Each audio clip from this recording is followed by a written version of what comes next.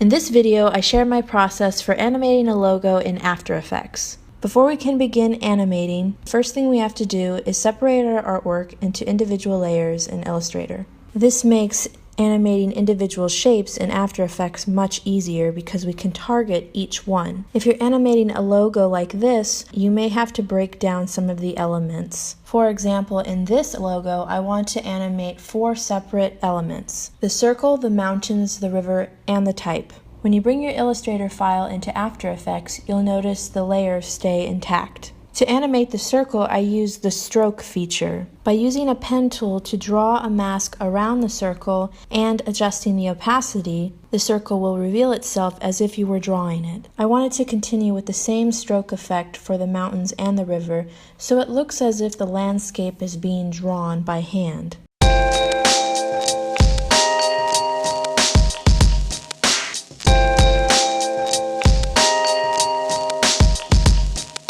Timing is very important in animating, so make sure your keyframes are timed perfectly. Whether you want one animation to overlap into another or be timed perfectly one after another, it's up to you.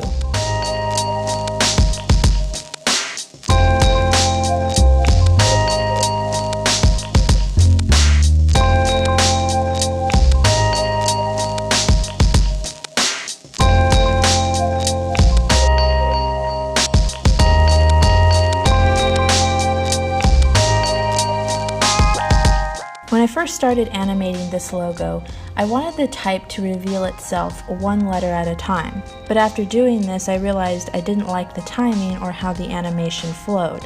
It simply took too long. So I revised my file and added all the letters back onto one layer in Illustrator and started that part over again. My final solution was to have it fade in after the landscape animation.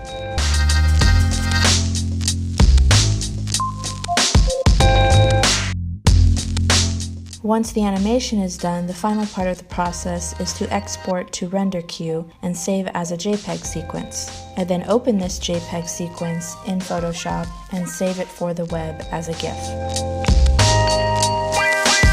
Here's how the final logo animation turned out. I'd love to know your thoughts, so leave a comment below and don't forget to like and subscribe.